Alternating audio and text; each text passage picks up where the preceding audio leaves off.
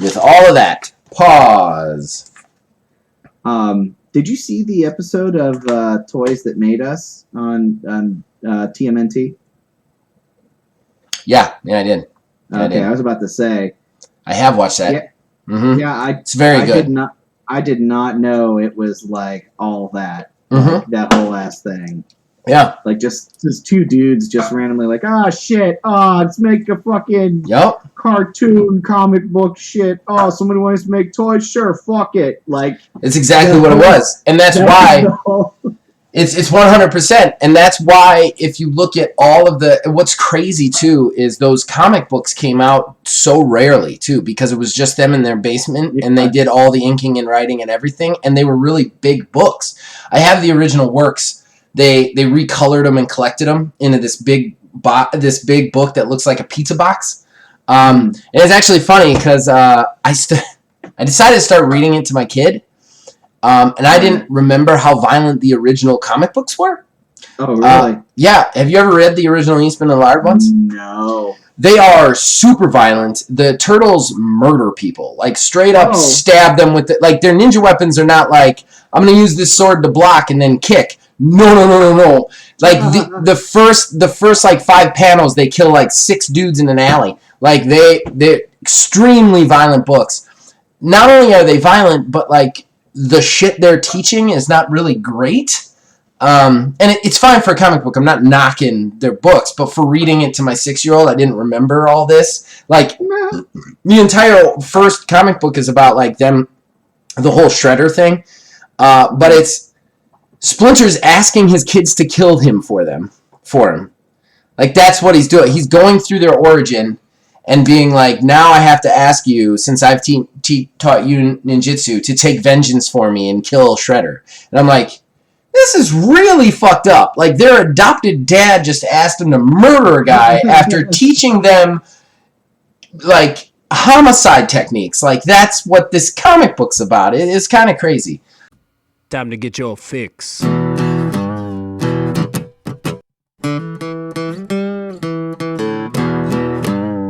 It's a horrible gaming podcast. It's not good, it's not great. Horrible gaming podcast. It's not even what you would call fair. It's really not that good.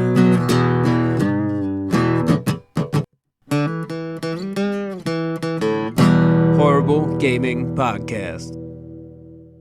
Hello, my name is Zach Ryder with Old Man Gaming, and you, dear listener, have chosen for whatever reason to listen to another Horrible Gaming Podcast. But I am not alone, and mostly I am never alone. With me is Neil, a.k.a. Tiny Wizard, returnified once again. Yes, he's back. He's back, ladies and gentlemen. We'll get into it, but we got a big show that we don't want to go too long on, so we're gonna get right into credits and right into fan traction. So, behind our disgusting faces is a nice little graphic created by Mr. Mark Bell. We thank him for that. I also have it off-center there. Sorry, everybody. There we go. That looks much better. Sorry, everybody. I guess you can actually move it in real time. I can move it in real time. They just watched me do that. I mean, unless you're listening to that. And at that point, that was 10 seconds of wasted time for you, and I apologize. That was provided by Mr. Mark Bell. We thank him for that. Of course, the theme song for this show, all of the shows here at OMG, is provided by Mr. Nick Van Siders, my brother, the man who makes the music. We thank him for that. Horrible Gaming Podcast. Alright, so that brings us to our first segment, our most important segment, and that is Fan Interaction. That's where we, the co-hosts, talk to you guys, the fans. Now, obviously, last week, Neil was not with me. This was of no fault of either of ours. We both had crazy lives going on last Sunday, and I made an executive decision to just get some shit done. And that had nothing to do with Neil. It was just, I was exhausted. It was my kid's birthday party that night, and Neil was locked up with his in-laws, and it was just like, Neil was in no way that late. It was just like I just needed to get it done so I could go to sleep. So I would have been really sleepy too anyway. Yeah, yeah, exactly. So I just figured do the odds and ends, and I just needed somebody on there so it wasn't another one of those weird, lonely podcasts. So yeah. So that's why she was here. But you guys did enjoy her.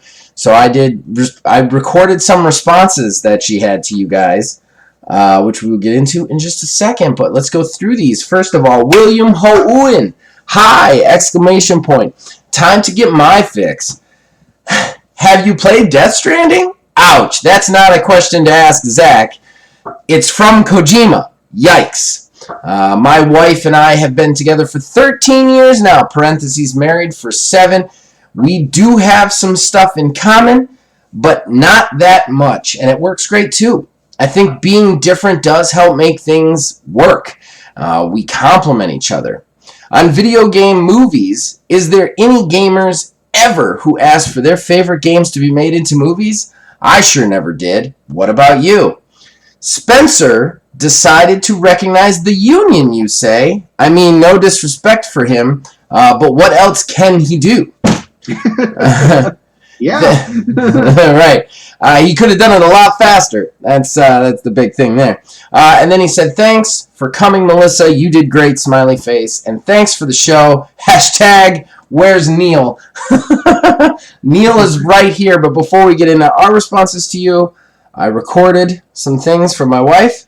Oh, no. Don't want to share it. I just want to play it so that she could respond to you guys properly.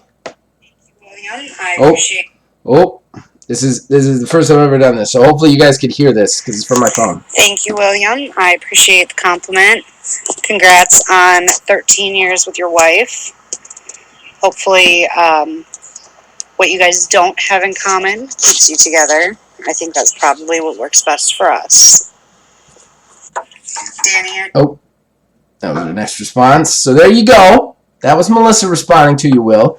And personally, yeah, I like being different from my wife. It is very strange at times, but at the same time, I've said this repeatedly, if I married someone like me, we would never get anything done. We'd just play video games and role-playing games all day and waste away, you know? Like, she keeps me grounded while I keep her, I don't know, more relaxed, and I think it works out really, really good.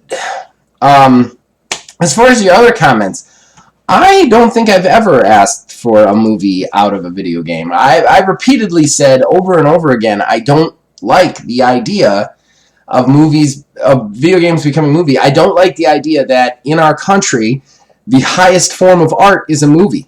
If it doesn't get a movie, it's just like not verified. Like books, comic books, video games, like they can just be a thing. They don't need to be this other thing. If a comic book is one of the best comic books ever, it doesn't need a movie to prove that. It's one of the best comic books ever. If a video game is one of the best video games ever, it doesn't need a movie to prove that. Now, for some reason, we have this weird thing where it's like, if it doesn't get a movie, it's just not the thing, you know? And I've always said that video games should just be video games, especially video games, because they're the only thing that's presented that not only presents itself to you, but you present yourself to it. That is a very interesting take. The whole idea of if it's not turned into a movie, that it's not like a thing. Yeah. Because it's kind of where we've gotten to. Yeah. Like, you know how long I lived my life before I knew that Jurassic Park, like all of those movies, were based off of freaking books. Right, exactly. Like, it's craziness. That's the thing, is like, you know, you've made it big time if it gets turned into a movie, yet at the same time, something can get turned into a movie and be completely lambasted. Right. I mean, if Morbius has shown us anything, it can turn into a meme and then turn around and get re-released into theaters thinking they can ride on the coattails of the meme and make a whole grand total of $85,000. What some dumb shits that did that, man. That was bizarre. That was its own world of crazy. Yeah, like we can't. I digress. No, yeah, and we can't spend too much time on this because we have a lot of shit to talk about. I just don't. We have this weird obsession in our country with like movies and TV being the highest form of anything, and you know, video game companies make more money than the movie TV industry combined. Like, So why do video games need to have a movie or a TV show? Like, just leave them as what they are. That's what they are good at. I mean, don't get me wrong, there's definitely some games that I think could be potentially turned into movies successfully, but that doesn't mean I think they should, you know? Right. Did he say anything else that we should respond to right away? I do know he asked if I've ever played the Tales games. No, I have not. Oh, yes, from last week. I know they exist. I am a fan of the JRPG. I have also heard that those games are ungodly long, even by JRPG standards. Like approaching Persona territory, which that's too much of a time sink for me. Right. I'm good with a nice solid 60 to 70 hours. Anything beyond that gets to be a bit too much for me. Yes. And on the other thing, William knows. Don't fucking talk Kojima with me. I violently dislike Kojima. Violently. Alright, so next up we have Danny. I ship you and Melissa. You should get married or something. To which my wife responded with this. Danny, I just had to explain to Zach what ship meant, so thank you for that. Maybe one of these days we'll get married. I mean, there's always a possibility. We are married. She's being funny. And she did have to explain to me what ship was. That's how old I am. Well, that's two of us, because I have no idea what that means. You know what? She explained it to me. I'm going to be 100% honest. I still don't know what it means. Like, she tried, like, she said some words to me that supposedly was the explanation, and I was like, okay.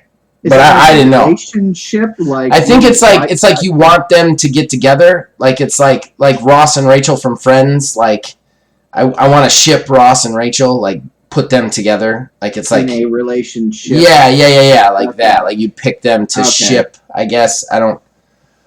Sure. We just looked real dumb. And I just used Friends as an example. That shows my age, like, all the way. I just used Friends as an example. The show Friends. All right. And then finally, for the Melissa responses, Asylum. Melissa, you're killing me. I'm at work today. I just had lunch. The yawning is slowly draining me. I'm not sure I can make it through the day. I am so sorry about the yawning. I will say, lunch at work, I don't eat it because no matter what I eat, I will always start to fall asleep after. So I guess my best recommendation is don't eat lunch, which is a terrible thing to say. But yeah, I'm really sorry about the yawning. I don't know. I just couldn't help it that night. I apologize. Bye. I like how she said bye at the end of all three of them. That was my favorite part of that. So that was Melissa's response to it. Yeah, and usually I yell at my partner when they're yawning. This guy over here. I was waiting for the individual call out there. I didn't. For her, it was different because literally, like, this is how that day went. We had a 7-hour, and it wasn't a big party. It was just like family, basically, but in our backyard with a fire. This had just ended. We had put her to bed. I had come downstairs. She had to go out to the store for something. She came back, and I had asked her to get me a Mellow Yellow while she was out there. She came back, and I was exhausted in this chair, and I just found out from Neil that he was stuck with his in-laws for a little bit, and I was like, man, I just want to get this done. And she walked in, and I was like, look, you could really say no to this, but would you mind just doing a quick episode of the podcast with me? And her face, and I know Neil can't see this until he watches it, but her face was like this. All right.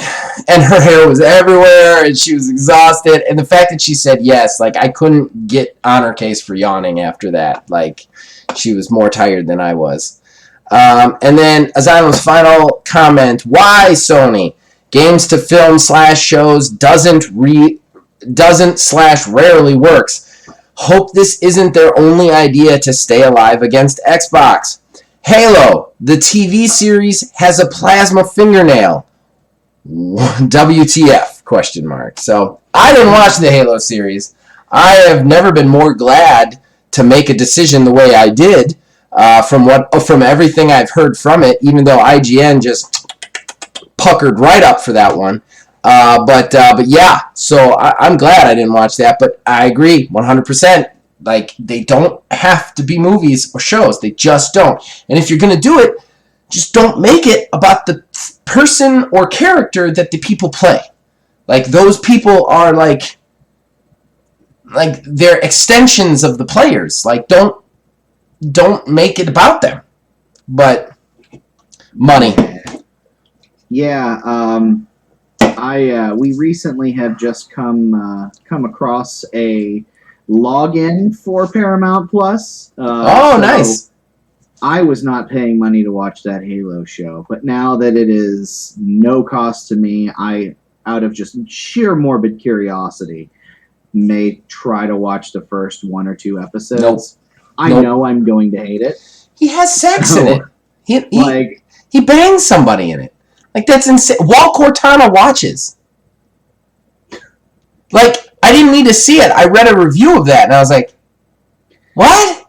Yeah, what? I know that was a whole thing, because, like, the internet was blowing up about it. Yeah, honestly, well, it's dumb. I don't care the situation. It's dumb. Which, the biggest weakness, I think, with that sort of stuff is what you may consider the biggest strength, is diverging from the source material.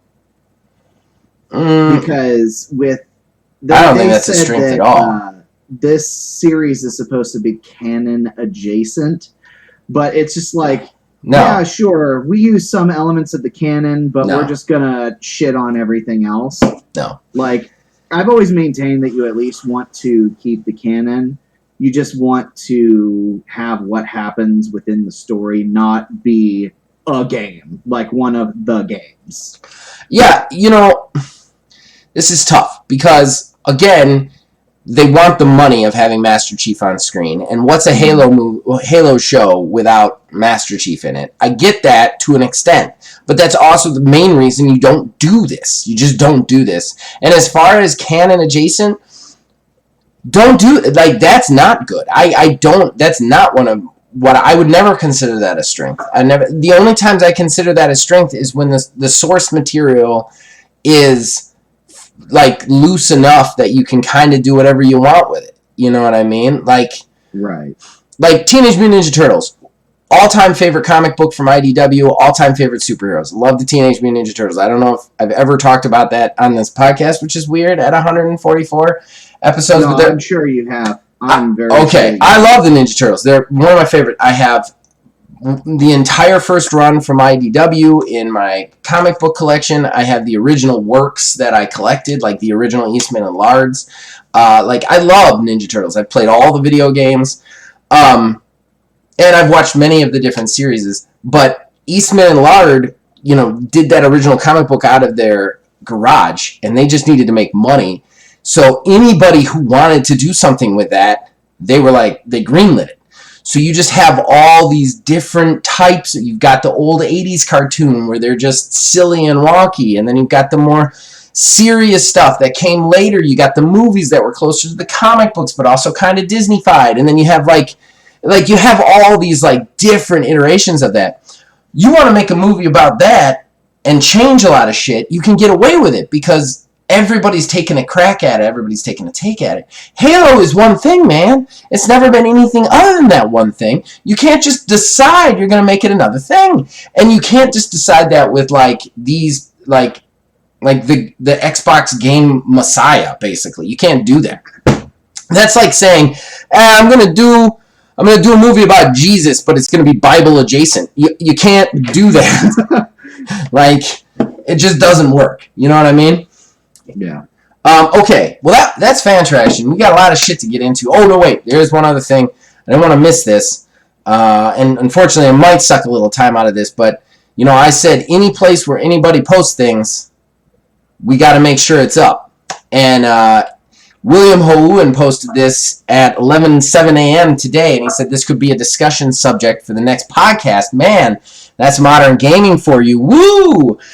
And then he posted a story. Somebody took the new Diablo game, Diablo Immortal, and they figured out exactly how much it costs to fully gear up in that game. And it's $110,000. A YouTuber calculated how much it costs to max out your character's legendary gens in Diablo Immortal, and the final number goes into 6 figures. Look, I don't know how much I'm going to have to say about this. I think this is terrible. Also, everybody, that was on Discord, so if Neil's picture got real wonky there for a second, that's because I had to move around windows. If this is, like this is what we're in for, and then these are the people who are also telling us they don't make enough money to charge you only $60 for games. Mm-hmm. An industry that makes more money than TV, movies, music combined. They have one game that they can bleed $110,000 out of you, and they don't make enough to only charge $60 for games. Remember, too, this is the game that when it got announced for mobile, the whole crowd booed, and their response was, "You guys have phones?" Like, they're just upset that people are upset that it's going to be a mobile-only title. Yep. Yeah, sure, they're making Diablo 4, whatever. The fact is, we knew what this game was going to be the second it got announced. Yep. And they did not even try to prove it otherwise. They're like, yeah, you know what? You got us. We're just going to go with it. Yeah. And it's ridiculous. So yeah, well, it's terrible. We've got way too many things to talk about to make it a topic of discussion, but I want to make sure we got it in on the show. It's terrible shit. I honestly, I don't know what else we could say about it other than it's terrible shit that they are doing. Like, it's depressing. Gaming is depressing. I was going to add that onto my odds and ends, but I had so much already. Yeah. I couldn't. Neil skipped a week, so he's got extra. Yeah, I don't know. So, all right, that's fan traction. We took too long on it already. So, we're going to get into the Sony State of Play and then the massive amount of odds and ends that we have. So, we'll be right back. Horrible Gaming Podcast. All right, so that brings us to our first talking point. Our talking point. God, I cannot get out of that habit. The Sony State of Play happened recently. It was a relatively big one. So we decided to talk about that today with all the... There's been a few other news things happening, but we decided this would be the thing that we talk about today, I guess. So we're just going to go through it real quick, tell you guys what it is, and if we have anything to say about it, but we're going to try and keep it quick because we have a lot of odds and ends, a lot of stuff to talk about in this thing. So, first and foremost, Final Fantasy 16 will be officially released in summer of 2023. I just want to go and say, no, it won't. Kids, this was supposed to be out last year. Mm-hmm. And they're like, I love how they're... Yeah, it was last year. Yeah. Oh, yeah. I love how they're like... And remember how many times 15 was delayed. Like, it wasn't even 15 to start, and then it was delayed, and then it became 15. Like, it's a nightmare development. With this, I love their dedication to be like, it will be released in this window of time. Like, they can't, like, they're so sure they're going to release it in 2023, but they can't give us a date. They can't give us anything exact past a 4-month period.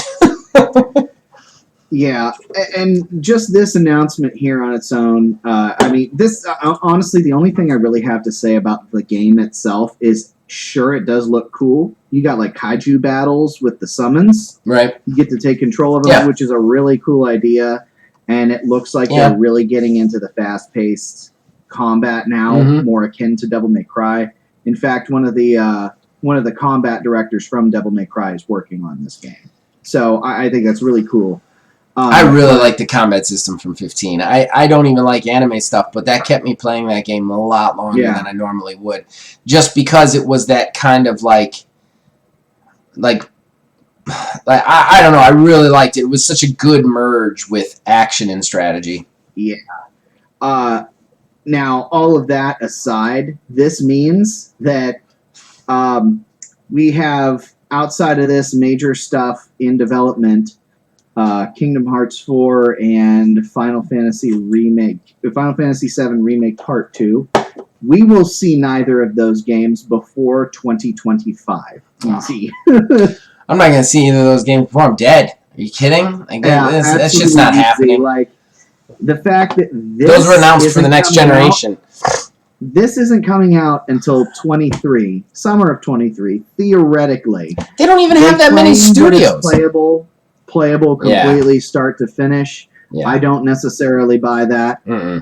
If that is the case, what sort of polish do they have to do to be able to get through for a game that was supposed to be out an entire year ago that now we were thinking was going to be out this year but won't be out for yet an entire another year? Yeah, it's ridiculous. It's not like anybody excited by that. Temper yourself.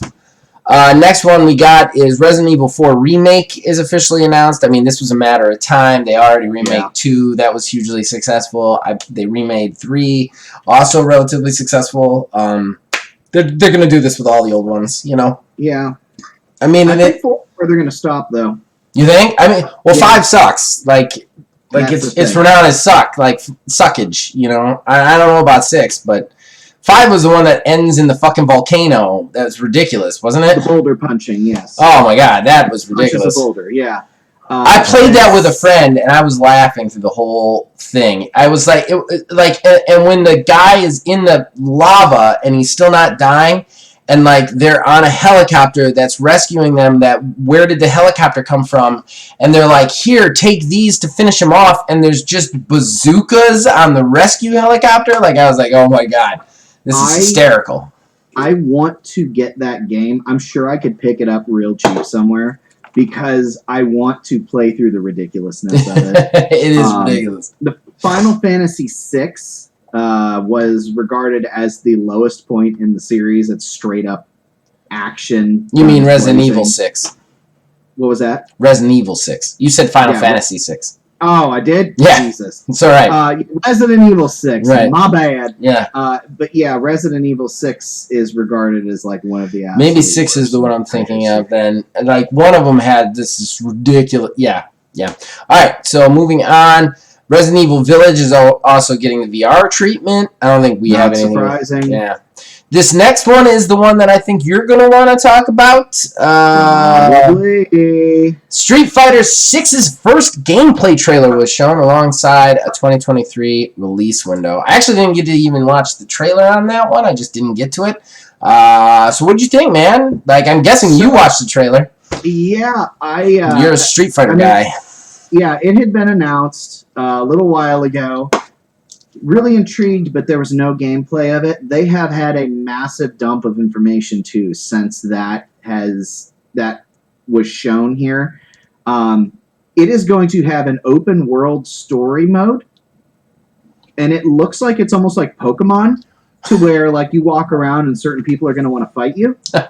It's like a create a character situation. Like that's cool. Looks like it looks like you create your own fighter. I like creative characters. You're walking around. Somebody will see you, it'll do the Pokemon thing, and they'll like challenge you to a fight. I mean, there are some returning characters. They haven't really shown that much. Only 4 characters.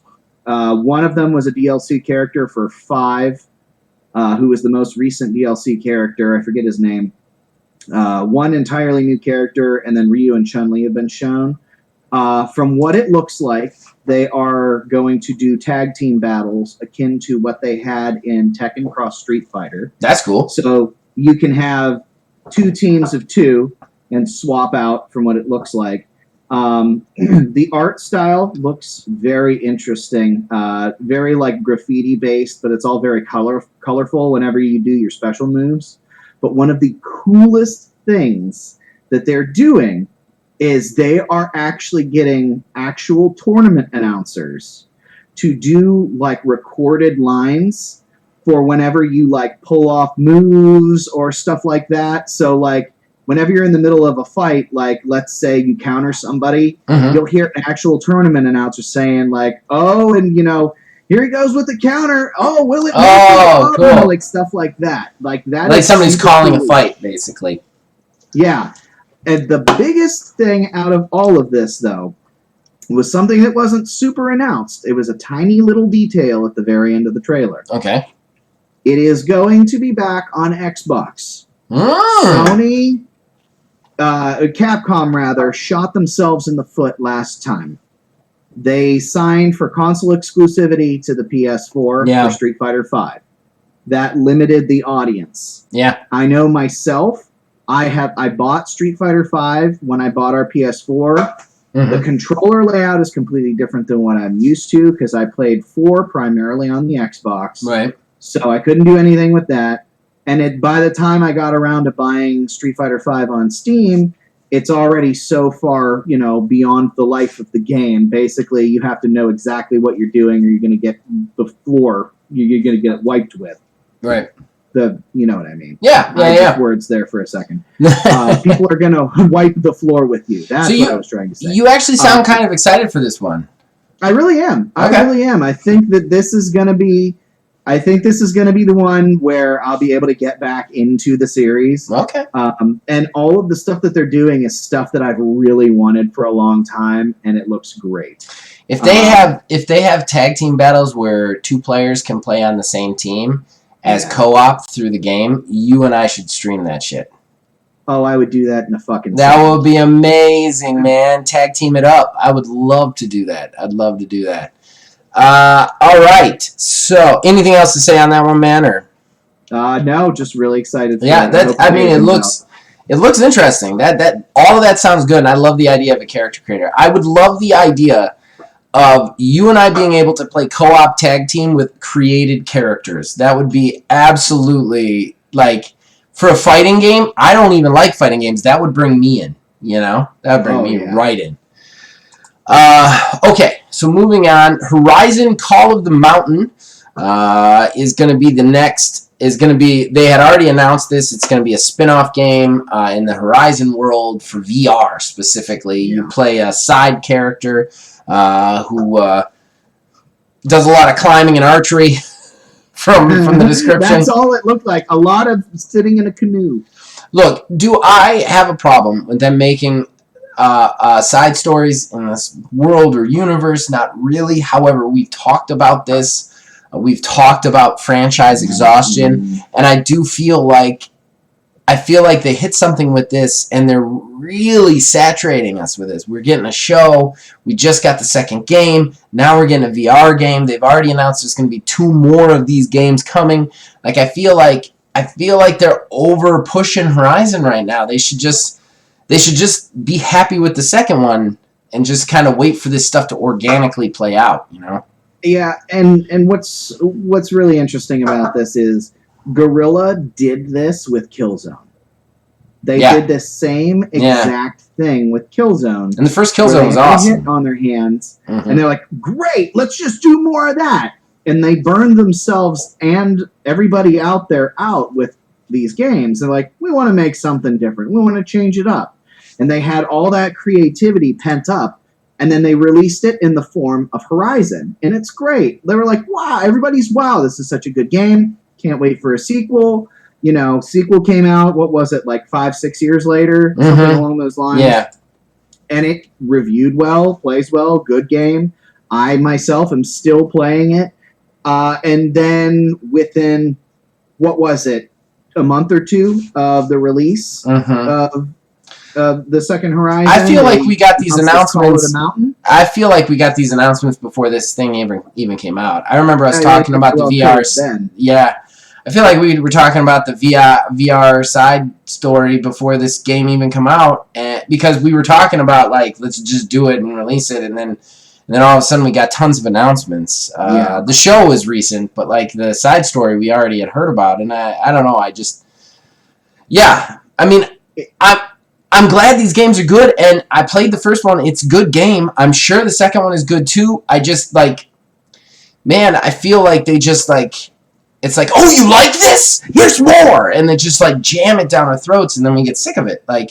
Just let it kind of organically marinate, Yeah, and that's exactly what it is they've already said the mainline games are going to have so many entries, and They have all the stuff planned out and everything like that. Don't get me wrong, the story's good, the games are good, but they're falling into those same exact trappings again. Yeah. The third game is going to come out, or like the VR game, I don't think technically really counts in like my own personal headcanon because VR is its own thing. But like the third game is going to come out and it's like, okay, cool, we get it. Yeah. And then the fourth game is going to come out and everybody's like, okay, well, you're just doing the same thing over and over again. Yeah. You're just shoving this down our throats. We're not getting That's anything new, anything different. That's the other thing with Guerrilla. I like them, but they did one thing that was a problem with Killzone was that they never gave you anything new at it. There was no innovation. It was just like, oh, that first one was good. Let's just make more of that. And like I feel like while the second one is good, I'm sure it's good.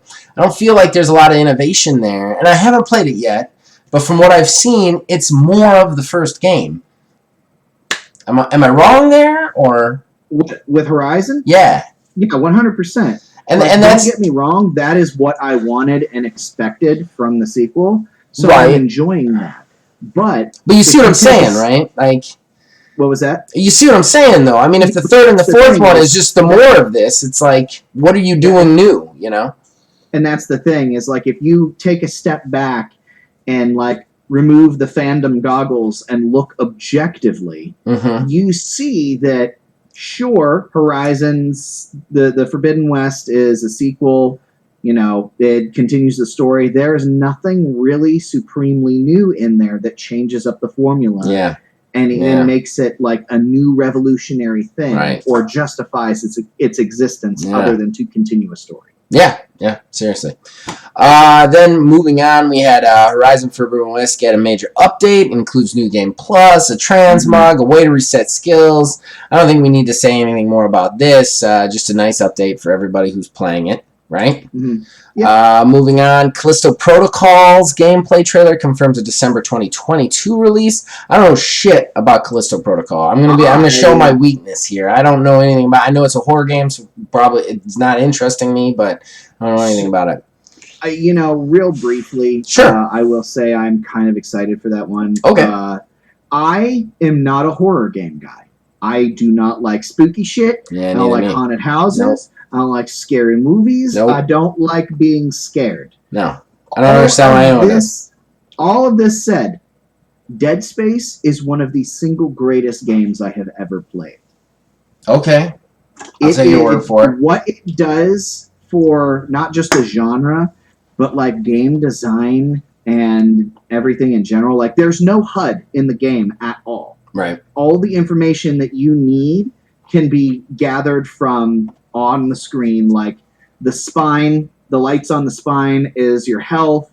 You have your packs for what was it? The stasis modules to like stop time and stuff with things. It's great. Love the combat. Love what they're doing with this. I want the sequel, or not the sequel, the remake of Dead Space to come out. But this game, honestly, truly, this is a game that I would recommend that you would at least give it a shot to see like what it is as a game. Like, well, I'm not going to promise you I'm going to do that, but I was going to say really spooky shit. I'm not going to lie. Like I will get super tense and jumpy, and there are a couple specific scenes where you get locked into stuff what I really hate and fill me with anxiety. But outside of that, like the game is really good. Well, okay. Moving on, then that stupid cat game gets a release date. Look, Stray gets a release date alongside the announcement that it will be free for PlayStation Plus Extra and Premium members. Stray is this. It's a dumb cat game. It's coming out on July 19th. It's a cat. You play a cat. I don't want to play a cat. If you want to play a cat, that's good for you. Anybody out there, if you guys want to play cats, that's great. I don't know that we're gonna be friends as people, but yeah, that's fine. Fuck cats. I hate cats. I think they're the worst animal that's ever existed. They're just like these fucking little balls of sarcasm that walk around your house and shit in it. I don't want anything to do with cats. I definitely don't want to pretend to be one. So this is not for me. I will not play this game for one single solitary fact. Okay. The second that I like die as that cat or take damage as that cat in that game, I will have to turn it off and never play it again. Well, you'll hear the cat noise. I cannot do that. Well, and I don't want violence to happen to cats. That's not what I'm saying. I just don't want them in my house or around me specifically. But yeah, I mean, I don't know. I don't know. This game looks stupid to me. Yeah, it's definitely not for everybody. I would play it, except for, the fact that I am a ridiculous animal lover who, even if I see a fake cat, there's the one particular scene in Boondock Saints. If you've seen the movie, you know what I'm talking about. Yeah. I even that. So I mean, I love animals. I love dogs. And I don't want anything bad to happen to cats. I just don't want them in my house. I don't want to pretend to be them.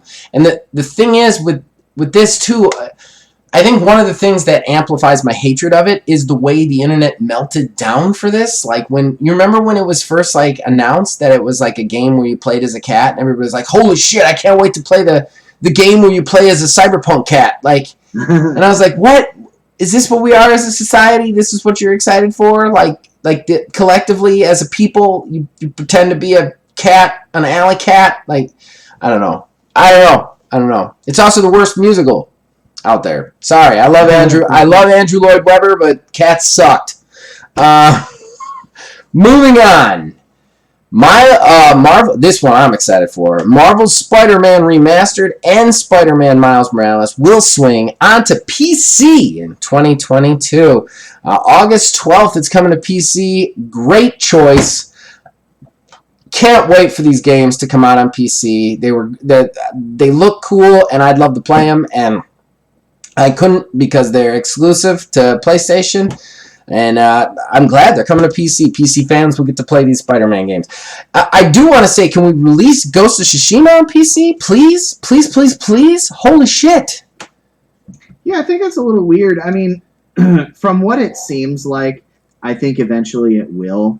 Sony's now getting into this groove of, running the well dry on a game on their current console. They put it on the current generation. They kick it up to the next generation. They let it ride for a while. Yeah. And then they kick it over to PC to finish it off. Yeah, Ghost of Tsushima came out before Miles Morales, though, See what? Ghost of Tsushima came out way before Miles Morales. Yeah. But the Spider-Man came out before all of that, though. That's the thing. I think they're just brilliant as a together package. Yeah, I see what you're saying. That's fair. That's fair. All right, No Man's Sky will fly its way on the PlayStation VR. Good for No Man's Sky, man. They really buckled down, and that's an awesome game. I recommend that game any chance I get. Still don't know how they're going to put it on the fucking Nintendo Switch, but it's great. More power to them. Then we had a couple of indie releases. I got to be honest, I don't know anything about this first one. Season, A Letter to the Future will be released in autumn 2022. It is really weird. Yeah, it looks really weird. I didn't even get anything from the trailer. You know what I mean? It's heavy indie. It's all the way indie. Then we got Walking Dead: Saints and Sinners Chapter 2 Retribution announced for PlayStation VR. Man, a lot of VR games at this state of play. A lot of VR games. Then Eternites is a dating action game set in the apocalypse. I actually saw the trailer for this. That looks extremely strange. I don't know if you saw that. It looks really weird. It looks like another really weird one. This next game looks strange, but I'm not going to lie. I want to play it. The futuristic skater shooter Rollerdrome skates into PS4 and PS5 this fall from Ollie World's Roll 7. You are like a skater and you shoot each other. It's like you're on roller skates and it's a battle royale, I think. It just looks so fucking fun. It looks so fucking fun. I watched the trailer to this and it just looks batshit crazy. Did you watch that trailer? Yeah, it looked pretty interesting. I mean, I don't know if it's necessarily my cup of tea, but it was enough. It was enough for me to watch it and go, "Oh, okay." Yeah, it really did. It was like I don't know how long I'd play it, but it's one of those that's interesting enough that it would pull me in to at least try it. You know what I mean? Especially if it's like a free-to-play thing. I'm definitely downloading it. Definitely going to try it, Mm-hmm. And then one last thing. This is kind of a big one. Tunic jumps to PlayStation this September. So the Zelda-like, Dark Souls-like Fox game jumps over to PlayStation. Is no longer going to be an Xbox exclusive. That's a pretty quick turnaround. I mean, it was only exclusive for what now? We're like 4 or 5 months into its exclusivity? Yeah, something like that. For a game that was announced for like ever ago. Yeah. And on Xbox alone. Yeah, it was delayed quite a bit, and then it finally came out, and then shortly thereafter, it's going to everything, pretty much. I'm kind of surprised that their agreement allowed them to do that, honestly, because it was like an Xbox exclusive kind of in a way. Like, it wasn't, the studio's not an exclusive, it's just a guy making, it's like a heavy indie. But still, like, I'm surprised that, like, the deal allows them to do that, because that's only going to be like, I want to say like 8 months after its release when it drops into PlayStation, you know? Yeah. I've never heard of an exclusivity deal being less than a year, you know? All right, well, that's it. That was everything from the State of Play. All the things. All the thingies. So, I mean, this kind of kicks off the quote-unquote E3 season. Because we had this, it was announced, and then it was like a week later it happened. And then this coming Sunday, from when you are listening to this, we have the Microsoft Bethesda showcase. I have a couple predictions for that, too. So we have that's going to be rolling around, so I'm sure that's what our topic of conversation is going to be. Yeah, because it's gonna come out after we, like... I don't think we have another podcast before it comes out. It comes out on the 12th, right? Right, yeah. It will come out, and we will record that evening. Yep. So yeah, it'll be out. So, like, I think overall as a whole, this State of Play was a little weak, in my opinion. Not trying to bash on Sony, but I definitely thought that the presence of the PlayStation VR was surprising to me. It was a very heavy presence. I mean, I would say like a fourth of the things they announced, a fourth of their big announcements were PlayStation VR or VR ports, when I don't know that the popularity or validity of VR is really there right now. Plus, you showed us a lot of stuff without anything concrete. And that also kind of bothered me. I mean, your biggest announcement was Final Fantasy 16, and you didn't give us anything more than a release window, you know? And what's just as interesting with everything and how they presented it is what wasn't there. Mm-hmm. One of the glaring omissions, well, two of them, one of them being God of War. God of War, theoretically, unless it's coming this year. Delayed, and I don't know anything about it. It's not coming this year. Yeah, it was supposed to be coming this year. Did not show up here at this show at all in any way, shape, or form. We have only seen the one trailer. That is it. Yeah. So methinks that that is also getting pushed to 2023. Well, yeah. Go ahead. Sorry, I didn't mean to interrupt you. And then the last thing too. You might be about to say what I was going to say. We know now it's not like a super exclusive, but that Hogwarts Legacy has been kind of shown as if it were a PS5 exclusive up until this point. And we did not see or hear anything about that either. And that theoretically is supposed to be coming out this year. I will say about the Hogwarts, though, we did see that big trailer like 3 or 4 weeks ago, if you remember. That's true. And so I kind of gave him a pass on that. The thing that bothered me a little bit is that you just paid all this money for Bungie, and we didn't see anything from Bungie. I was kind of surprised that we didn't at least get like either a teaser for a new game or a teaser for something Destiny-related. Like, why was there no Bungie presence at your State of Play that's directly after you purchased this company for an absurd amount of money? You know, like, I think there was some missteps here. I'm not going to lie. I don't know. I didn't think it was a big enough show to, like, if this was their E3 show, like, this is kind of weak. Weak sauce. I think it was supposed to be. Yeah. I think this was what they were going to show if E3 were going to be a thing this year. Right. I feel like this is what it is that they would have presented to us as their hype train for the year. And like, if you look at like 2022 as a whole from PlayStation now coming, like, we're in the 5th month? 6 months. 6 months. We're in 6 months. We're halfway through the year. So we've got the back half of the year, which is the high sell half of the year, right? Like, that's when you want all your big releases to come out. What's coming out for Sony? Nothing. Nothing's coming out for Sony, really. We've got a couple of the horror game. I can't remember the Protocol one. But and the remaster. But, like, other than that, like, that's what you showed here? Like, I don't know. I feel like it was a pretty weak performance from Sony. And I feel like they got some catching up to do, and they've really given Xbox the ball as far as, like, it's their show to fail at this point. And I don't know. I'm not a big Xbox fan lately. I don't like any of the shit they've done, but I feel like they are going to show a lot of shit at this show at the 12th, and I think that is going to be not good for Sony. You know? All right, well, we got to wrap this one up and get into the next one, which is odds and ends. I do want to just quickly give 2 predictions because I want it on record that I said it, so I don't have to say, see, I knew this was going to happen.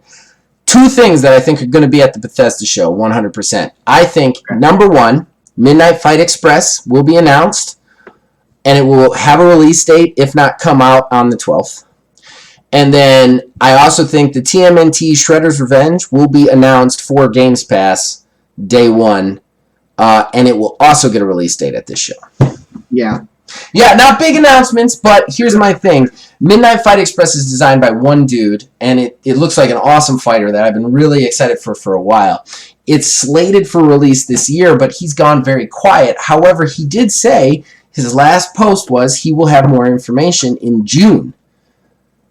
Mm-hmm. We also know that Midnight Fight Express is going to be a Games Pass game whenever it does release. So, June 12th, you know what I mean? Like, those 2 pretty close together. I think that's when they announced that. The TMNT Shredder's Revenge, on that front, they just removed Streets of Rage 4 from Games Pass.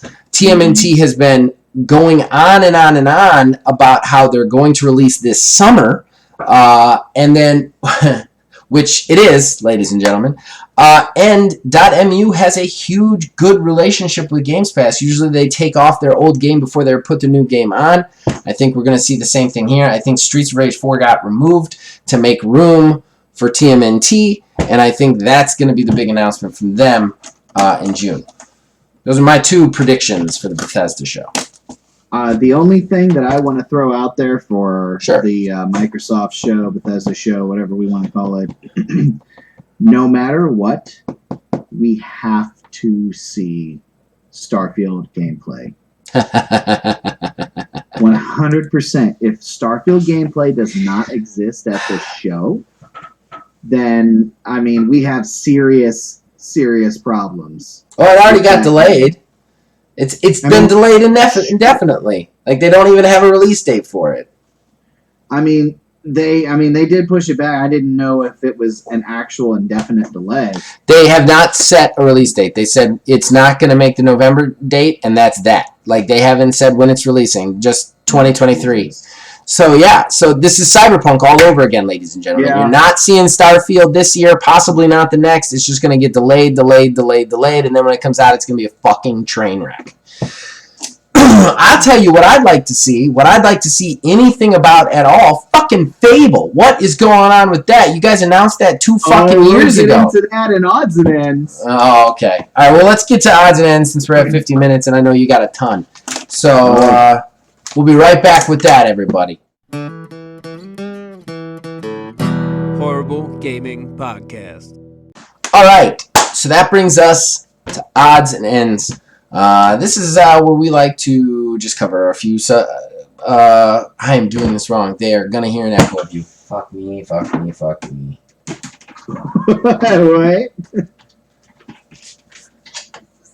Are we still in show, or are we not in show? We're in show.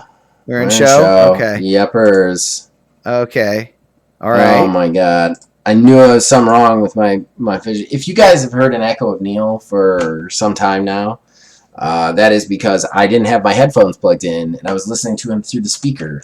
So the mic that I was using was picking him up too. I apologize for that ahead of time. I just realized it I don't think it was too bad, but I'm not 100% sure. Well, so. unfortunately, you can't apologize for it ahead of time because this has been going on for about 50 minutes. Yeah, I can't at all. It's terrible, unless I want to record some extra audio or something. Okay, so odds and ends. We collect smaller news stories we want to tell you about, we want to riff about, we just want to talk about. I'm going to start us off. Sonic. Sonic is IGN's first. Sonic Frontiers, the new Sonic game. They have released a gameplay trailer, an extended gameplay trailer, a combat trailer, after this like ridiculous 40-second teaser for the trailer, whatever. Me and Neil have argued over text about it. I do want to let you know right now, I have much more shifted in your direction now after information has come out. Well, here's my problem. The game looks pretty. I'm not going to argue that the game looks pretty. I watched the footage, and it does look pretty. I don't want a pretty Sonic game. I want Breath of the Wild Sonic. And one thing Breath of the Wild did, and this is why I decided to wait to talk to you, because we were going back and forth, and I was like, we're going to talk about this in the show, because I have some things to say. Breath of the Wild reinvented Zelda, okay? Like, yeah, it had Link fighting Ganon and Zelda, and it had the open world, but the open world was not why it reinvented Zelda. Like, it reinvented Zelda because of the gameplay. He could go anywhere, he could do anything, but he also did cooking, he did crafting, you know what I mean? Like, there was the riding horses and all the extra stuff you could do. It felt like a real open world to involve in. This Sonic trailer, yes, it shows us a very pretty open world for you to run around in, and that's awesome, but that's not enough. We need Sonic to be doing more than just grinding on rails and collecting rings. And I'm not gonna run around at the speed of sound. Yeah, that I like everything I saw here was just more Sonic game with an open world, and just slapping a pretty open world on Sonic is not enough to make a good Sonic game. Like even the combat, it looked very similar to the combat we've seen before. Like, I will say there was one thing that they kept doing with it that I thought that was something innovative and new, and that's where you could very honestly, he could click a point basically and start running, and it would make this trail behind him, and then when he connected the trail to the other side, it would make a whirlwind. That was cool. That's the kind of stuff you need a lot of, like new innovative ways to fight, new innovative ways to do stuff. Fuck, have Sonic cook. I don't care. Like, add some new shit and show us the new shit. Before Breath of the Wild came out, we had already seen all this new shit, and that's why we were so excited about it. We saw him hunting. We saw him cooking, you know? We saw him doing all these things that, like, Link doesn't normally do. There was none of that in this. Like, it was just an open-world Sonic game with the same bad guys, the same fucking movement style, the same everything. And that's what bothered me about this. I want this to reinvent Sonic. I want it to be a Sonic for the modern age. And it just looks like more Sonic with an open world. It looks like they were like, make it so that he could run everywhere, you know? And that's not enough for me. So, whenever this all started first coming out, like it was like a 30, 40 second whatever, they just showed this little clip, and that was it. And I was like, oh my God, this looks really cool. This looks like a good idea of what the game was going to be. And I thought in my mind, surely there's got to be more to this. But this is just what they've shown in the clip. Okay, fine, cool, whatever. And then they had the extended gameplay where they showed off literally running in a field, going like grinding on rails, yep, and just like random like springs and shit all over the place because reasons. Again, it's like, well, it's a big open world. They're still developing it. We don't have a release date. Maybe, like we got a window. Maybe they're still doing stuff with it. This looks like a good idea. And, at that point, I was thinking literally the phrase that you had said whenever that 40 seconds, whatever came out, is it looked like a tech demo. Still. And I was like, all right, well, fine, whatever. They still have some time. And then they release the combat trailer. And the combat killed me. The combat killed me. It is these weird shaped machine creatures that you do you do the little circle thing, but you do the standard Sonic homing attack and spam the button as fast as you can. And then you run again, fight another guy that is the same thing. Yeah, the most interesting thing about that tech demo was the giant boss that he fought. The giant one. I thought that was really cool. That was also really interesting. They made the combat for that very Sonic-y. Yeah. There's no other way I can really describe No, it's this giant robot that's like moving around, like really giant guys, like kaiju size, and it tries to hit you, and when it misses, you have to like run up its arm in a certain way, and then you have to hit a top part to knock off an arm. You can also knock its feet when it's trying to stomp you, and it was just a very cool, innovative way of like little guy versus big guy sort of fighting. But like everything else looked like mashy, spammy Sonic stuff, and like there's so many better ways to do this. Even QuickTime events are better ways to do this than the way they were doing it. Or the way it appeared that they were doing it. Like, look, this is the earliest of trailers that we've seen, but this did not impress me. The other thing is, running on rails, grinding on rails, running up walls, bouncing off springs. I've been doing that in Sonic games for 30 years, man. Like, I've been doing that in Sonic games for 30 years. Why are you showing me that and expecting me to go, this is the one? This is not the one. Like, that's what I've been doing. Show me something new. Something that this game presents other than pretty trees. Because that, to me, was like the center point of this. Even the music was like, look at the trees. It's so pretty where you get to run. And it's like, I don't give a shit how pretty it is. That doesn't look fun to me anymore. Like, you know? Well, you are not alone, and I am not feelings for this, because ever since this information has come out after this little teaser video and two first trailers have come out, there's actually now a petition circulating on the internet to delay the game, because the fans are finally realizing, oh sweet shit, we're getting Sonic again, only this time in an open world setting. So people are calling on Sega to delay, and if there is one thing that Sonic fans and, Sega in general basically knows, that you need to listen to the internet when it comes to Sonic shit. We got Ugly Sonic replaced last time. Hey, he was great in Chip and Dale. He was absolutely great in Chip and Dale. That entire brief sidebar, I was not expecting that. No, neither was I. Anywhere near as good. It was so good. To go see that. I would have too. It was great. It was absolutely great. And I was worried because I was a Rescue Rangers fan. Like, I was a Disney Afternoon kid, and that was awesome. It was awesome. It was perfect homage. As well as something for, the adults. Yeah. It was good. It was good. But yeah, I think finally, Sonic fans and en masse are starting to snap out of this hypnotism that they have primarily been in, to where, oh, the next one's going to be good. They'll get it together, Sure, it looks like a modest improvement over some, games in the past. But if you look at Sonic's movements, they're very rigid. Physics don't necessarily make a lot of sense, like the grinding on the rails. The second you touch a rail, you just get immediate momentum and just keep flying forever, basically.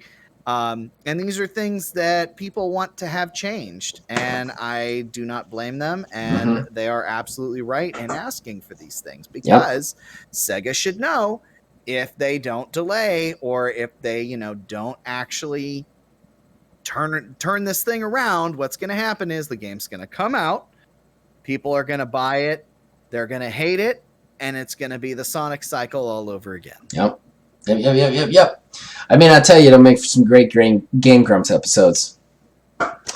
All right, well, that was my first one. I know it was long, but that was almost our talking point today. So, Yeah. you want to take one? Yeah. So I guess I'll just start here from the top. So, Sure. do you remember when Sony had announced their new subscription service tiers and people bought the PS Plus cards to convert it to the top tier, exploiting the loophole? And then Sony stopped everybody from being able to redeem those subscriptions until after everything closes up and changes over. Well, they have now taken another step because they know that there was that financial loophole. They're going to allow people to redeem those cards again. However, they're going to make them pay the difference in what it is that they would have paid for that subscription when they redeem the card. Good. That's great. That definitely fixes everything. That fixes everything. Problem solved. Sony. Surely this won't backfire.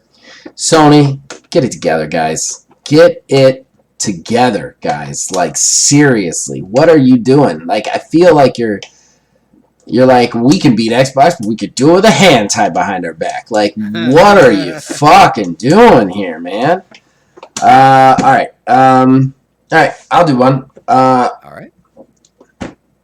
This one I'm really excited about. I think this is a really good one for gamers in general. But New York just passed a right to repair bill. It goes on to the governor. The governor has to sign it into law, but basically what it will do is it makes it that video game companies, tech companies in general, have to give the people the right to repair it. In other words, warranties can't say you can't tamper with this. And in general, it also means that they have to make tools. They have to mass produce these tools for you to be able to get them and work on these products yourself. You have to have the ability to treat these things like items that you can fix instead of disposable objects. I think this is really cool. This is something that's missing in gaming. Gaming treats your consoles, your fucking $500 consoles, as disposable items. They always have, and they railroad you into sending it directly back to them to repair it. It's absolute bullshit. It has been for a long time. Same thing with your phone and your tablets and stuff. Like, if you had the tools able to fix these, you could extend the life of these very expensive items instead of them forcing you to upgrade them every year or 2 years. So this is great. I think this is a big thing. This is a shining light of good news in a bunch of shit, and I hope the rest of the country follows with this. And I hope the governor does sign it into law, because it's the right thing to do. Yeah, absolutely. I just hope they don't do like shitty things with it too. Apple, by comparison, has done this thing to where they're now selling official parts for like repairing your screens, stuff like that. However, it is so cost prohibitive. It is basically the same as sending it into Apple yourself for them to do it anyways. So I really hope they don't go that route at all, but I have this terrible sneaking suspicion that once this passes, if it does pass, fingers crossed it does pass, that's what's going to happen. I hope the bill has language in it that says you have to make it relatively affordable too. I hope so. I haven't read enough of the bill to understand, but that would suck. That would suck. But still, this is progress, so I'm going to take it as a positive. Yeah. So continuing with the Sony shit. Sony has also announced that it's going to be done making PS4 games by 2025. Wow. So your PS5 kiddos, you got to wait till 2025 for it to actually be a next-gen console. Oh my god. They have backtracked so much on their original language for the PlayStation 5.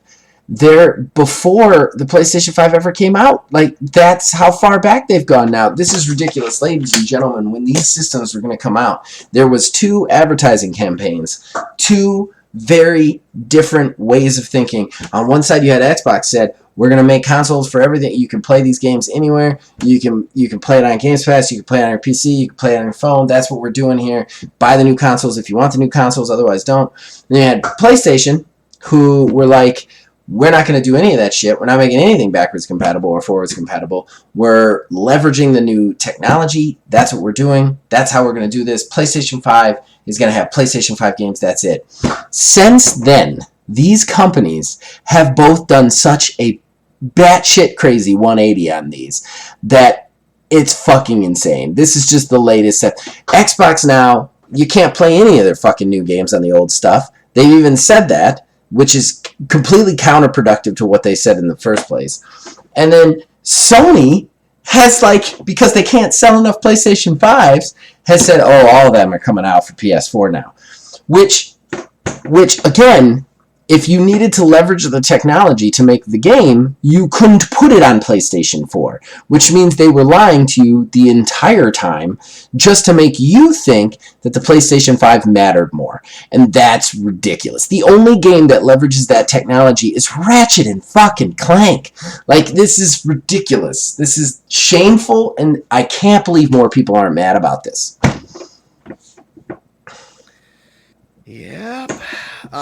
So what do you have next? I got 2 left. You want to do another one? Or you want me just to keep running mine until you're out? Because I know you had like 9. Yeah, I'll do another one here, and then I'll let you do one or something. Okay, that sounds good. Cool things. Okay. So the sequel to Star Wars Jedi Fallen Order has officially been announced. I did hear about that. Yeah, it's called Star Wars Jedi Survivor. It's going to be a direct sequel, and it looks like it's pretty cool. It's supposed to be coming out in 2023. It's going to be Respawn doing it again. Same team, same everything, from what I understand. So good times. Hopefully, it turns out pretty good as the first one did. And now I have a reason to go back and try to finish that game. Look, I'm not a Space Wizard guy, but I know that Jedi Fallen Order was a very popular game. A lot of people liked it, so I'm glad this is getting a sequel. Respawn has been, for all intents and purposes, a very quality company that has released quality games. More power to them. They have a nice variety under their belt, so I hope they keep it up. Yeah. All right, so my turn then? Yeah. This is a crazy, weird one, okay? Animal Crossing will stop working. Animal Crossing New Horizons will stop working in 2061. So, okay. Yeah, this is insane. So, Animal Crossing New Horizons, if you guys don't know, I mean, you know what Animal Crossing is, but the way it works in real time. So, if you go in the game and it's night outside, it's night in the game. And if it's day inside, like, it's exact real time to where it is. If it's your birthday, you get to celebrate your birthday. If it's Christmas, you get to celebrate Christmas in the game. It's really cool. It's why a lot of people liked it during the pandemic, because it was basically the presentation of life that you couldn't exist in. That being said, one of the things about this game is certain things only happen at night or during the day or in the winter or during the summer. Like certain bugs, certain fish that you're collecting only happen in those certain areas. So you have to kind of play it a little bit all the time or miss out. That being said, so now that you know that, a lot of people will go into the internal clock of the Switch, because that's what this works on, and they'll turn it forward or turn it backwards to get stuff. So like, I want the winter fish, so they'll turn it forward so that they can start fishing on the winter. Somebody decided to just turn their game forward, like, as far as it could go. They turned it to 2062, and a little message just popped up that said, please set the internal clock of your game to somewhere between is 2020 and 2061 to play Animal Crossing. It actually asks you to turn your internal clock back so that you can play it again. So nobody knows why. That's what's weird. It's like nobody knows why it does this, because they're like, it doesn't take any space for this to repeat those processes. Like, that's built into the game as it is. There are some features that they like some seasonal events that they upload to it that eventually they'll stop doing. Like the Easter Day, the Bunny Day stuff, and like stuff like that. They're like seasonal events that you can't turn your clock forward to get to them. They upload them like as an update, you know? Those will stop working, but like the actual game itself doesn't take any extra storage to just keep kind of like repeating this. So no one can figure out why, but for whatever reason, in 2062, this game will no longer work. I can hazard a guess. Sure. And that is probably the fact that you may have gathered from the ability to do that. What people would do is they would take all of their bells, they would put them in their savings account, crank the time way forward in the future. They would take all their bells out and then go back. So it's crazy interest. It's free money. People did that in the older games all the time. There wasn't really a way to stop that. You don't have a savings account in Horizon, though. To what? You don't have a savings account in Horizon. They did do that in GameCube. Do you get interest? Yeah, you still get interest. I didn't notice that, but okay. And the only reason is because I had, knowing full well I wasn't going to play the game in a hot minute, put every single last bell that I had into my account. And then came back a while later. They actually, one of the first updates they did was cut the interest rate that they were giving you on your bells, so that you would get less that way, because people were doing that. The time traveling. Yeah. So chances are that's a way to make it to where it's so like people can do it, but they're not able to do it as like for as long. So it just makes it like more encumbering to do that process, because you can only push it out so far. Because if there's one thing we know about Nintendo, they're hyper weird about cheating in their games. Yeah, that's true. That's probably where that comes from. That is an interesting guess. Although, honestly, what's the difference between 40 years? Like, what was the cutoff for, like, 2062? Because 40 years of interest is enough. You know, like, I don't know, it's weird. The reason why they were worried about cheating in, what was it? No. 35. No. That makes sense. I understand, but like the way they're cutting it off, like you could still cheat for 40 years. That's still plenty of bells, is what I'm saying. That's like the thing, yeah. And then you could just go back in time, put that in the bank, then travel back to the future. Exactly. It's like if that was your problem, like I don't know, it's strange to me. I get where you're coming from. If that's why they're doing it, it's ludicrous. But it is. I'm sure it is. It's just Nintendo being freaking Nintendo. I mean, honestly, there's no other way. I would be shocked if anybody's playing that game in 2061. Anyway, you know? I'm sure somebody will. I mean, maybe. So, kind of talked about it a little bit before. I had mentioned with what's going on with Fable. Mm-hmm. Well, according to the website GameRanks, an ex-Playground Games employee was interviewed about the status of the new Fable game. And it's not going super good. Apparently, the game has been very scaled back, as they're trying to use the same exact engine that they use for the Forza games, and are having difficulty implementing that engine in an open world sort of setting. It's just weird, because Forza Horizon's open world, so you would kind of think that like it would make sense, honestly. Well, from what I was actually about to say, one of the more direct quotes, I'm kind of paraphrasing here because I didn't pull the actual article up. But basically, the guy said programming a car in that open world and a single human being are two very different things. So what I'm going to assume is it's very much a physics thing, that they're having issues with the physics. The realism and like the open world stuff is great, but the engine itself is built for driving games, not necessarily, open worldy sort of stuff. I mean, we've had some crossover with engines before, like Capcom has been using the RE engine that they made for Resident Evil. They've used it for Devil May Cry 5, as well as they will be using it for Street Fighter 6. So some engines are more versatile than others. I mean, we know what Frostbite did to Mass Effect. Mm-hmm. So, I mean, there's a lot of different stuff like that. Well, and that's fair. I always thought it was a good fit. I will say, though, why did we see a trailer? Why did we see a trailer, ladies and gentlemen? Why did we see a trailer? Why did we see anything about Fable? We should have seen nothing. I don't know. All right, so you got one more? I got one more, yeah. All right, go ahead with it. Because as far as weird game stories, I've found a way to cover this at all time. Prince of Persia, Sands of Time, the remake, has been delisted. It hasn't even come out yet, and it's been delisted. No. Although Ubisoft swears it's still coming, it is now unpurchasable and been delisted.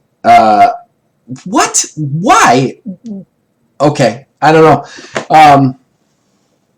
I don't understand, Neil. I don't understand. Like, this game is a remake of another game that you already made that's about wall running in a company that 90% of their games are about wall running.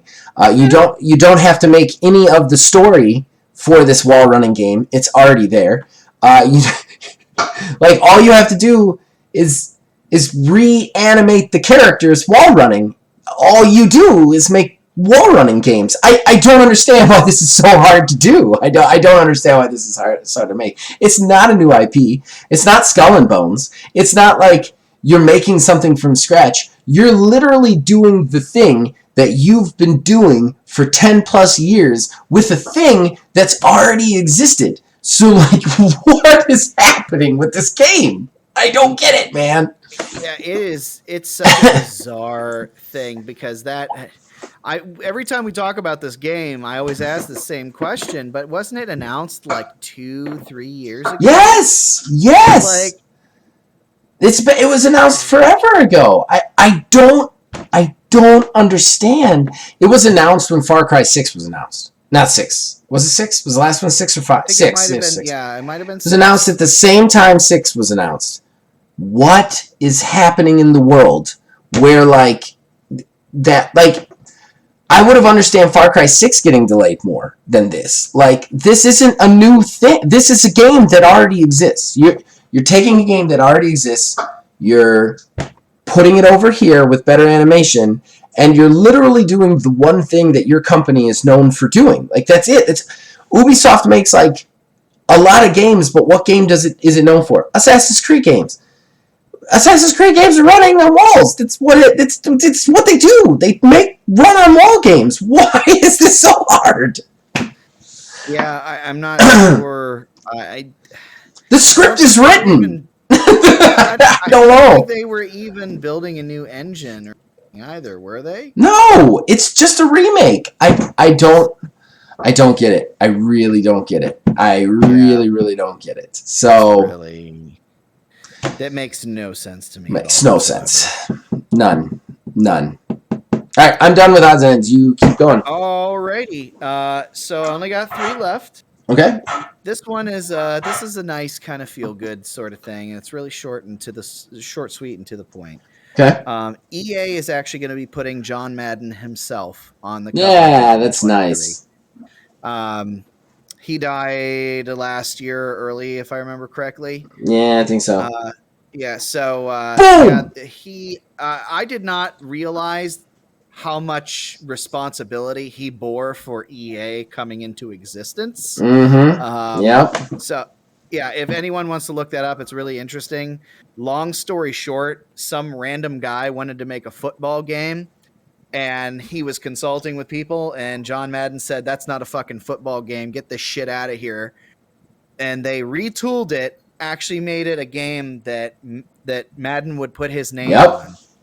And it sold so well, it led to the development of EA Ass EA. Yep. Yeah, that is 100% true. John Madden is like most of the reason EA exists as a dominating sports function. Yeah. So this next one is kind of really only one that I super care about, really, but I just kind of want to throw it out there. Sure. They have put out a trailer for Pokemon Scarlet and Violet. So they're going to be the new Pokemon games coming out. Hey. It's going to be for the Switch. But the big thing about this story, the only reason I really care about it, is Toby Fox, the guy who did Undertale and Deltarune, is actually making music again for the Pokemon games. That's awesome. So yeah, he did so well. Nintendo loved what he had done so much on all of the different projects that Toby has worked on. Between those two games and a fan homebrew version of Mother, they were like, you know what? You did such a great job. Make some music for us. He did it for Sword and Shield, and he's doing it again for Scarlet and Violet. So that's pretty cool. You know, I think Sword and Shield was kind of ratty how they handled a lot of stuff. And Phil Billy can get into that because he's a Pokemon dude. Like, a lot of the stuff they did was kind of like real shady shit. But that one actually looked interesting to me just because of the 4-player co-op. I thought that was really cool. That was really cool. One. Yeah, I would be down to try that, depending. My only thing, like I said, is a lot of the stuff they did with Sword and Shield was really shady DLC stuff that they did, and that's not cool. So I don't know if we're gonna get more of that. So, all right, and the last one here. GameStop is still hemorrhaging money, like the most bad hemorrhaging money. This is not news. This is not news. This is not news. Well, have you heard this article though? The amount of money that they've lost. I haven't heard the amount of money they've lost. No. In the past 3 months, 1 fiscal quarter, GameStop has lost $157.9 million. This is compared to the same period last year. They lost $67 million, over double over the previous year. Yeah, that company's done, man. Hey, don't worry though. Don't worry, because they're hedging all of their bets and putting all of their development towards crypto and NFT wallets, as well as a big push into the upcoming metaverse. Yeah, they're gonna be selling us timeshares with our pre-orders. Like that's what it it sounds like. Basically, where it's at. I mean, the fact that they're even doing the crypto NFT thing as the world is literally burning down, the financial world of those is literally burning down around them. This is just baffling to me. This is GameStop tries to do everything like in the past. Yep. Yeah, I was just about to say. Is the world is down the street already doing something else, and GameStop just got to what the world was just doing. I was just about to say the thing. This is GameStop Playbook 101. Like, yeah, let's get into that thing that doesn't work anymore. Like, right after it doesn't work anymore. Like, I hate GameStop. I think they're an evil company. At the same time, brick and mortar stores are going away, which means that you're paying full price for games all the time. I don't like that. Anybody who goes back and watches the history of this podcast, I am a huge discount shopper when it comes to video games. I find sales. I find loopholes. I find ways to get gift cards and stuff like that. And without GameStop, a lot of those goes away, so that is kind of a bummer. At the same time, they are an evil company, and they brought this on themselves, Yeah. So, was that your last one, or you have one more? That was my last one. Oh, we're done. We're done. Right on time. We made it. Just barely. We'll see. We'll see how long the plugs take. That's true. All right, we'll be right back, guys. We're going to plug some stuff, and then we'll be out of here. Horrible Gaming Podcast. All right, so that brings us to the end of the show, ladies and gentlemen, and the shameless self-promotion that comes with it. Neil, anything you want to plug?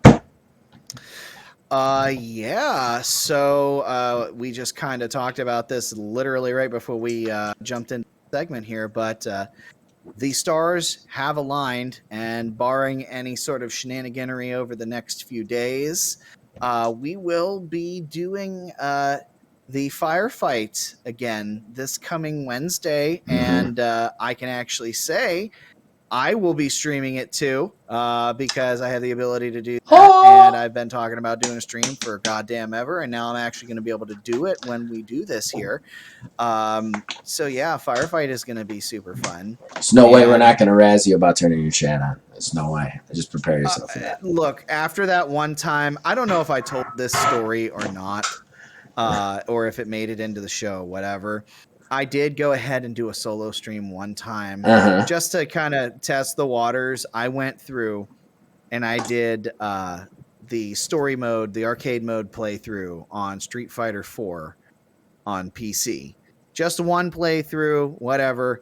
And I had my chat up the whole time because I caught all of the shit and all of the land for it before. So I was like, you know what? Fine, I'll keep it up because I know somebody's going to come in here and test me. Nobody did, but we did have one single random person who is not affiliated with anyone who's ever done anything with the channel here at all, never watched anything like that, jumped in. And I didn't see it happen, but he must have accidentally followed me, then unfollowed, and made it a point to get into my chat to send a message saying, oops, sorry, didn't mean to follow. So the chat will be up for nuggets like that. That's so terrible. You didn't need to say anything, man. I was like, I didn't want to be a dick, but I was just like, yeah, you didn't really have to say anything about that. I didn't even see that you did that first and foremost. Thanks for not liking me to my face, I guess. That's exactly what it is. Thanks for not liking me to my face. That's absolutely amazing. I am sorry I missed that stream because I would have watched. Right. And it was like 3 to 4 weeks ago at this point. Well, yeah, tune in for that though. It's always a good time. Kayla is absolutely hysterical on mic, and these two chuckle fucks basically gang up on me. And it's exactly what happens. Exactly what happens. We say stupid shit the entire time while Neil gets mad, and that, my friends, is the kind of programming that I'd want to watch. So I have a couple of quick plugs. Number one, just published. It's been a while since I did one of these. Just put up a music video for Crunchy. From my brother, the song itself was based loosely off Neil's famous Terrible Talk, where he eats a lot of stuff in the mic. It's the only way you can describe it, really. ASMR people, we got you now. Yeah, and I did it to Sifu. It was a lot of fun. I thought it was really good. My brother is unfortunately not doing a ton of original music anymore, so I don't know when the next one will be. But yeah. Please check that out. I really had fun doing it, and I really liked it. As far as other things, guys, please check out Axiom Games YouTube or Axiom Games LLC on Facebook. We are getting really close to making our first ever game. It is going to be a wrestling card game. We finished our final playtest this last Friday. The game is good. It's solid. Very happy to say, I can't wait to release this thing. We're just doing final edits on the paperwork, and then we're correcting a couple mistakes on the cards, and then it's coming out. But I do development diaries there, and the other thing that I'm working on, this probably won't come out until probably late June, just because of the people I know and how long it's going to take to set this up. But I'm going to be doing a wrestling show live play sort of thing with it. What we're going to do is we're going to get some players in on this. We're going to play the game. You'll actually be able to see us play the game on webcam. So I'm going to edit them together as shows. Everybody will be doing their own promos too, either live on camera or to an audio recording. It's going to be a lot of fun, guys. I'm super excited about this. Neil is definitely going to be playing a character in it, so you'll be able to see more of him. He actually played the game and actually enjoyed it and is not a wrestling fan, so that makes it even more exciting. So please join those two places and keep an eye out for those. We'll probably post them here too, but we love the support if you could get it. And if it's a game that sounds interesting to you, it will be coming out late August, early September probably.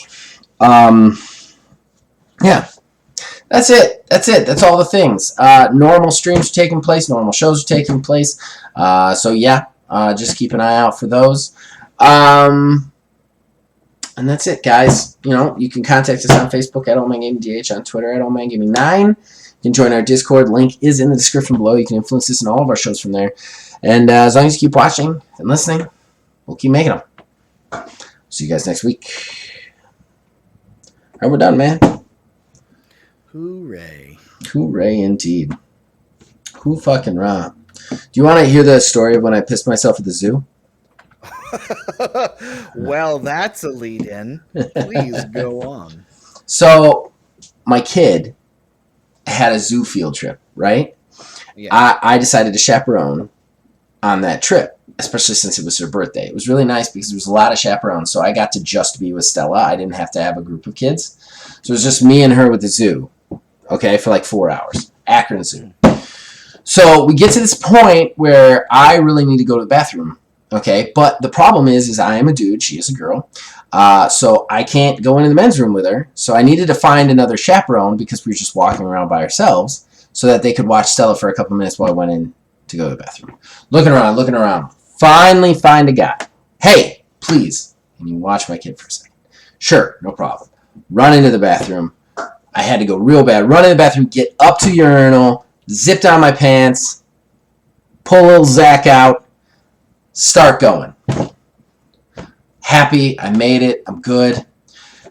Zip up my pants, and I realize that somehow I pulled little Zach out, but the pants had like kind of folded up under a little bit, so like they were baggier pants. So there was like a little ruffle up under.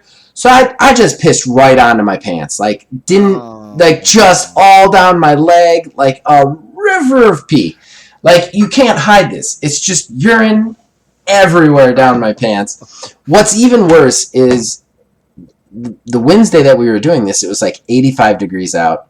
So I'm super dehydrated. So my urine smells like urine. Like it's not like I could get away without smelling like piss. I smelled like pee. Like there's no amount of deodorant that could stop it. I of course didn't bring a change of pants because that would be insane. And I'm just like sitting there. Just bringing a change of pants with no context. I'm just right. These ladies, right. You don't know why. You don't know why. You don't know why. I'm just sitting there like I could have just pissed myself out there. I didn't need to run around and find a chaperone. I was just covered in pee. And like I was like, I don't know how to fix this. I don't know how to deal with this. I don't know what to do. So I had this backpack that I was carrying all our stuff in. So I literally pulled off the backpack, which is very clearly a backpack for shoulders, and held it in front of myself, like by the top little hooky, the entire rest of the zoo trip, which looks insane. It looks insane. Like anybody who looked at me would be like, you know those shoulder straps are for your shoulders, right? I'm just holding it in front of me like an old lady holds a purse in front of her. Like that's how I am for the rest of the day. And then I get on the bus, which is not air conditioned. I don't know how I don't know how nobody said to me, "Hey, excuse me, I don't mean to be rude, but you smell like piss."